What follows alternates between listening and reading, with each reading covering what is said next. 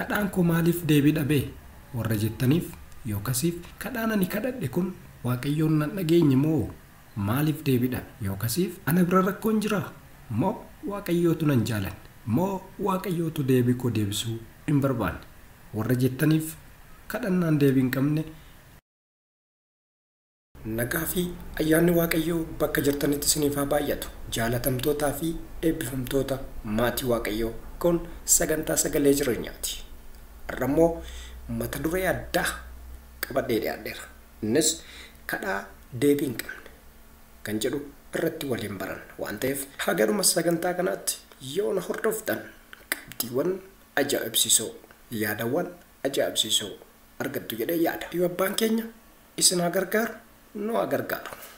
Kunooti sagantichi mata duree addaa kadhannaa deebii hin qabne. Egaan akkuma beekamu namni kan kadhatuuf deebii argachuudhaaf kun nama hundumaafuu beekamaadha. Haa ta'uutii garuu akkaataa namni ittiin kadhatuu fi akkaataa namni ittiin Waaqayyoo duratti dhiyaatu garaagaradha. Haa ta'uutii taargeetiin namni hundi yaadee ittiin Waaqayyoon kadhatu Waaqayyoo biraa waan argadha jedheeti. Waaqayyoo biraa waan Waaqayyoon naaf yaade rakkina isaatiif jireenya isaatiif waan barbaachisu Waaqayyoo waan gaafatuuf Waaqayyoo biraa waan argadha jedhee waan yaaduuf kadhata namni. Haa ta'uutii namni akkaataa silaa sagalee Waaqayyoo hin jennetti yoo kan ni kadhata ta'e kadhaan isaa sun deebii hin godhatu jechuudha. Isarraa of eeguudhaaf akka Waaqayyoon barbaadetti kadhachuudhaaf akka Waaqayyoon jedhetti kadhatanii deebii argachuudhaaf yookasiif immoo kadhaa Waaqayyoon hin barbaanne dhiisuudhaaf qabxiiwwan armaan gadii jiran hordofuu yookasiif itti fayyadamuun gaariidha.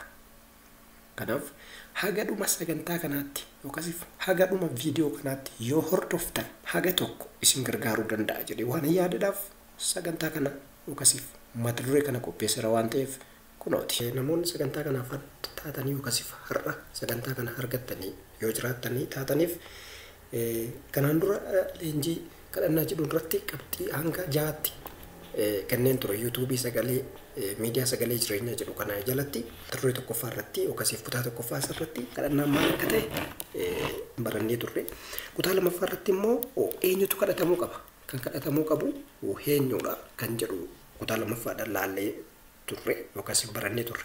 Kutaa sadaffaa irratti immoo kaayyoon kadhannaa maali kan jedhu barannee isa yuutuubiiwwan kana akka ilaaltanii itti fayyadamtaniidhaa fi kutaa arfaffaa irratti kadhannaa deebii qabu keessaa qabxiinni guddaa fi inni cimaan isa kami kan jedhu irratti amantiidhaan kadhachuu akka qabnu kadhaan deebii qabu kadhaa amantiitiin godhamu akka ta'e sirriitti kutaa arfaffaa keessatti ilaalleerra.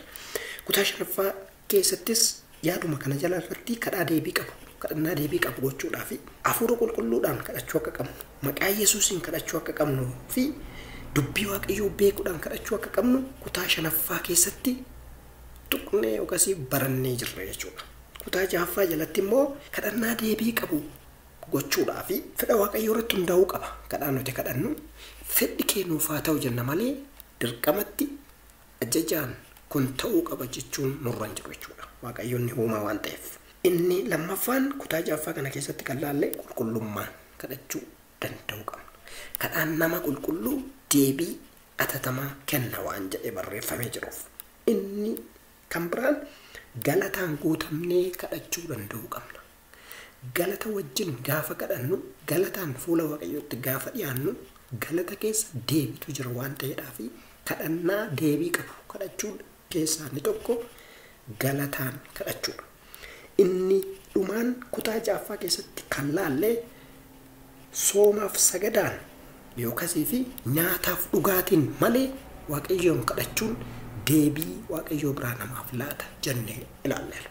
Kun mata dureewwan yookaan kutaawwan darban kanaan dura wajjin laalle waan ta'eef namoonni haadda yookaas namoonni har'a sagantaa kana argattanii akka ilaaltan akka miidiyaa sagalee jireenyaa jedhu jalatti waan jiruuf deemtanii akka ilaaltanuuf kana tuqa.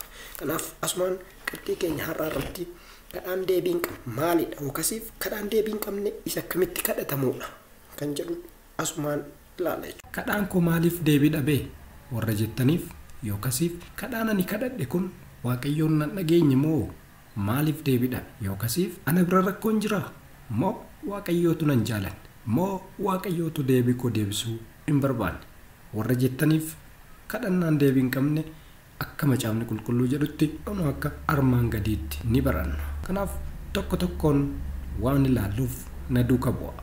Maaliif namni kadhaa deebii hin qabne kadhachuun isarra hin jiru. Kadhaa deebii hin qabne kadhachuun nu hin barbaachisu. Waaqayyo sin fayyadu, nus hin fayyadu. Nama sin fayyadu, biyya keenya sin fayyadu. Kanaaf kadhannaawwan deebii hin qabne akka hin gooneef of eeggannoo gochuun nu barbaachisa waan ta'eef kadhannaan deebii hin qabne ni jira akka macaafa qulqulluutti. Kanaafuu mee tokko tokko wal ilaalla waan ta'eef na duuka bu'uu dandeessu. Kan walumaa galatti kadhannaan deebii hin qabne yookaasiif kadhannaan deebiin ittiin deebine gosa lamatu jira.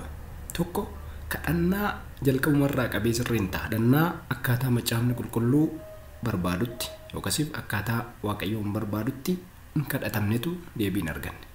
Inni lammaffaan kadhannaa fedha waaqayyoo irratti hundaa'e. Kadhannaa nuti kadhannee akkaataa ittiin waaqayyoon barbaadu akkaataa macaafni qulqulluun jedhutti kan ta'e iyyuu yeroo ammaa keessatti wanti nuti kadhanne sun kan inni tureef sababoota adda addaatu jira. Garuu kadhannaa nuti kadhanne maaliif deebii dhabe kan jedhu waliin as keessatti kan sirriitti hubatamuu qabu kadhannaa deebii gonkumaa dhabe jechuudha malee kadhannaa akkaataa macaafni qulqulluu jedhuu fi akkaataa fedha waaqayyoo irratti ta'e tu deebii dhabe osoo hin taane kadhannaa gonkumaa deebii waaqayyoon itti ilaalledha kan waliin ilaala. Kadhannaa deebii hin qabne keessaa inni tokkoffaan kadhannaa of tuulummaan godhamudha.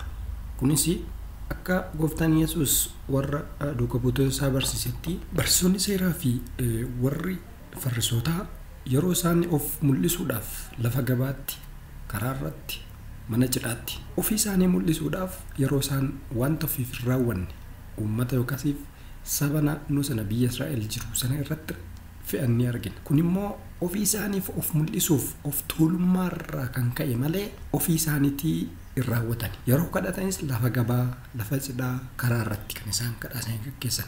Fakkeenyaaf wangeela Maatiyos boqonnaa 23 lakkoofsa 1 hanga 9tti yoo gadi buunee ilaalle bakka sanatti gooftaan Yesuus yeroo bartoota isaa barsiisuu ni argina. Kadhannaan keessanii akka warra kanaa hin ta'inii jedha. Jarri kun of mul'isuudhaaf, of tuuluudhaaf, nama biratti fudhatama argachuudhaaf akka namni isaaniif gugguufee isaaniif sagaduuf of tuulummaadhaan kan isaan kadhatanii jedha.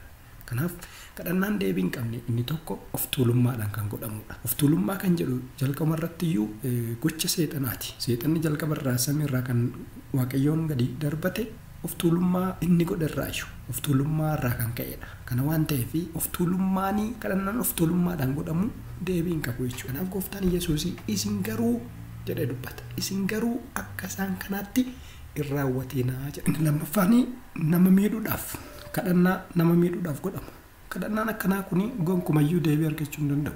Waaqayyoon kan deebii nuuf deebisuu fi deebii nuti arganne sanaan akka nama miidhuudhaaf miti. Kana jechuun maal jechuudha? Namni tokko waan akkanaa yoon argadhe, yoon mana argadhe yookaas yoon makiina argadhe warra silaa isa miidhan deebisee miidhuudhaaf ittiin dhimma isaa baachuudhaaf ni kadhata. Kadhaan akkasii gonkumaa dhimma hin qabu. Kana jechuun of tuulummaa wajjiniin wanti garaagarummaa qabu hin jiru jechuudha. Nama miidhuudhaaf Waaqayyoon nama miidhuudhaaf kennan nuuf hin kennu. Gooftaan Yesuus kan nuuf kenne waaqayyoon akka nama biraa miinuuf miti. Akka jireenya bara baraa argannee waa'ee isaa dubbannuudhaaf, akka mootummaa isaa galluudhaaf, akka dhibee bara baraa cubbuurraa fayyinuudhaaf. Akkuma kana kenne nuti waaqayyoo irraa argannu biyya lafaatti kan foon keenyaaf gargaaru kan nuti argannu nama biraa akka miidhuudhaaf nuun kennu waaqayyo. Kana waan ta'eef nama miidhuudhaaf kadhannaa gochuu hin qabnu. Inni sadaffaan waan hin beekne kadhachuu hin qabnu. Waan hin beekne tokko waan sammuun keenyatti namamne wanta sirrii hin taane tokko kadhachuu hin qabnu. Fakkeenyaaf wangeela Maatiyos 20 boqonnaa 20 lakkoofsa 20 irratti dubartii tokkotu ijoollee ishiitii fi mirga kee fi bitaa kee naaf haa ta'an jedhee kadhata. Ilma Zabdewoos kan jedhaman achi bakka sanatti argattu. Gooftaan Yesuus waan hin beekne waan kadhattee fi kenna akkanaa kun amma siif murtaa'uu hin danda'u. Waan hin beekne kadhachuun deebii hin argachiisu jechuudha gabaabumatti. Kanaaf kan kadhannu ifaan ifatti waan silaa kadhannu beennee amannee waan waaqayyoon itti ulfaatu ifatti kadhachuu qabna. Keessattuu yeroo kadhannu wanta nu barbaachisu daayirektiidhaan tuquu danda'uu qabna.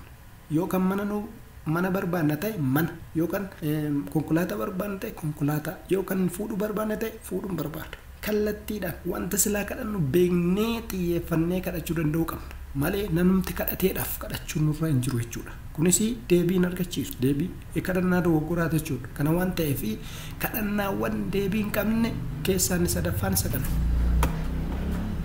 kadhannaa deebiin arganne keessaa inni arfaffaani kadhaa dheeressiniidhaaf deebiin nuuf hin deebi'u. Kana jechuun waanuma tokko irra deddeebinee kadhachuudhaan waaqayyoon nu dhaga'a, waaqayyoo dhageessifachuu yookaan waaqayyoo amansiifachuutti fudhatamuu qabu. Waanuma tokko irra deddeebinee kadhachuun nu barbaachisu. Kun immoo irra amantii qabaachuu keenya nutti mul'isa. Waaqayyoon waaqa dhaga'ee deebisuudha. Dhaga'ee kan inni deebisu immoo wanta gaarii ta'edha kan inni deebisu. Kanaaf waaqayyoon gaafa kadhannu na dhaga'ee deebii koonaaf deebisa yaada jedhu amantii jedhu of keessatti qabaachuu danda'u qabna. Malee irra deddeebinee yaaduma tokko waanuma tokko kana jechuun kadhannaa yerootti kadhachuun nu barbaachisu jechuu koo miti. Kadhannaa yeroo hunda godhama. Kadhannaadhaaf yeroon hin daangeffamu.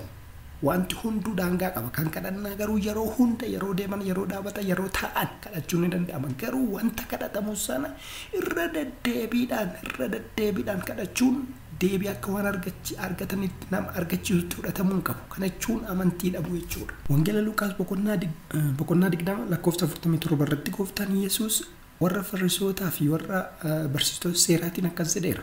Isaan of mul'isuudhaaf fudhatama argachuudhaaf bakka gabaa, bakka cidhaa, bakka karaa irratti kadhaa isaanii dheeressanii kadhachuudhaan waaqayyoon akka waan amansiisaniitti fudhatu jedha. Kanaaf kadhannaa dheeressineedhaaf deebiin arganna, kadhannaa gabaabsineedhaaf deebii hin dhabnu. Kadhannaan keenya deebii kan argatu amantii nuti kadhanne sana irratti qabnuu fi wanti nuti kadhanne sun fedha waaqayyoo ta'uu fi ta'uu dhiisuu irratti hundaa'a malee kadhannaa dheeressinee fi hin dheeressineedhaaf hin daangeffamu. Kanaaf kadhannaan deebii hin qabne keessaa inni tokko waan barbaachifne irra deddeebine kadhachuudha. Kana waan ta'eef kadhannaa akkanarraas of qusachuun nu barbaachisaadha jechuudha. Inni kan biraan nama tuffachuun kadhachuun qabu.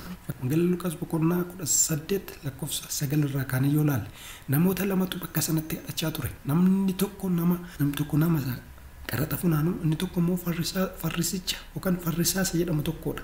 Nama farrisaa tokkodha. Kadhaa isaanii keessatti maal jedhani farrisichi? Ani nama qulqulluudha, nama qajeelaadha, nama hattuu, nama sobduu miti. Nama akka kanaa kan nan goone si haa galatu jedha. Kana jechuudhaanis an torbeetti nan soomaa, 10 keessaayis baasii baasuu nan baasaa, mana keetti nan deddeebi'a. Waan akka namicha kanaa nan gooneef si haa galatu jedheeti kan inni of tuulummaa keessattis yaadni kun hin jira. Kanaaf namni kuni nama kaan gadi qabuudhaan, nama tuffachuudhaan, namoota warra kaan tuffachuudhaan kan inni kadhatu. Inni immoo qaraxa sassaabu sun maal jedhaa? Yaa Waaqayyoo nama cubbamaadha, nama dura keettiyyuu argamuu danda'u miti, araarri keenaaf haa ta'u jedhee laphee isaa reebaa kadhata. Inni kun qajeelummaa barbaada. Namtichi inni farrisichi immoo ani qajeelaadha, akka nama kanaa cubbamaa miti jedheeti kan inni of tuulummaadhaan nama isa sana gadi qabaa kan inni kadhatu. Kadhaan akkanaa deebiin argatu. Kadhaawwan namoota kana lamaan keessaa yoo adda baafne ilaalle kadhaa namicha isaa qaraxa sassaabu sanaadha kan deebii argate, qajeelummaa argatee kan galee kan jedhu macaafni bakka sanatti gaafa ilaalta. Kanaaf gaafa kadhannu nama tuffachuudhaan, of tuuluudhaan, of mul'isuudhaan, nama sakaan immoo akka gatii hin qabnetti gadi buusanii ilaaluudhaan kadhachuun hin barbaachisu. Kanaaf kadhannaan keenya deebii akka argatuu fi nuti qulqullummaa yookaan qajeelummaa keenyaan qabannee dura waaqayyoo dhiyaachuudha malee waa'ee namaa namni akkanaa eekele akkanaa jennee waa'ee namaa qabannee dhufuu danda'u nurra hin jiru. Kanas of eeggannoo gochuun gaariidha. Keessattuu bara kana keessatti kun qabxii ijoo fi barbaachisaadha. Namoonni baay'ee yeroo kana ofiif osoo hin kadhanne namaaf kadhatu. Akkasiif ofii isaaniitiif hin kadhatanii namni akka isaaniif kadhatu barbaadu. Warri immoo namaaf kadhatan suni warri tajaajiltoota jedhamanii warri raajiidha ofiin jedhanii ani raajiidha ani maaliidha ofiin jedhanii namoota warri kadhatanii gaafa namoonni warri kaan kadhatanii kadhaan isaanii akka waan hin dhaga'amnetti lakkaa'u. Kun dogoggora. Garuu isaanii akka waan kadhaa isaanii malee deebiin akka hin deebineetti of laalaniiti warra kaan gadi buusu. Afaan haaraadhaan yoo kadhatan malee kadhaan akka waan hin deebineetti. Yookasiif immoo kadhaan warra tajaajiltoota tajaajilaadha warra jedhamanii qofa akka kadhatamutti waan fudhatanii ilaalanii fi namoonni kaan yoo kadhatanii kadhaa isaanii akka waan gatii qabutti ilaalan kun of tuulummaarraa madda. Yookasiif kun namoota kaan tuffachuurraa madda. Yeroo ammaa kana keessatti of eeggannoon inni guddaan isa kana. Namni kamtuu dura waaqayyootti dhiyaatee kadhachuu mirga guutuu qaba. Namni waaqayyoodhaan fo'atame, namni ilma waaqayyootti amanee mucaa waaqayyoo jedhame hundumtuu kadhatee waan isaaf barbaachisu waaqayyoo irraa argachuu danda'u qaba. Kanarraa kan hafee ati afaan haaraan dubbannee, ati raajiidhaan jedhamnee, ati lallabaa miti, ati wangeela hin barannee, ati uumaan beektuu yoo kadhattee si kadhaan kee deebiin qabu jirri nama tuffatanii ofii isaaniitii akka waan ni fudhatama qabanitti akka nama qajeelaa ta'anitti of lakkaanii yeroo hunda kan namoota miidhan ni jiru bara kana waan ta'eef of tuulummaan yookiin nama gadi buusuun nama tuffachuun hin barbaachisu. Of tuulummaadhaan kadhaan godhamu deebiin qabu. Nama tuffachuudhaan kadhaan godhamu deebiin qabu. Kanaaf qabxiiwwan kadhannaa deebiin qabne jedhu kanarraa waa hubattan abdiin qaba. Ayyaannii fi araarri Waaqayyoo bara keessan guutuu si wajjin haa ta'u.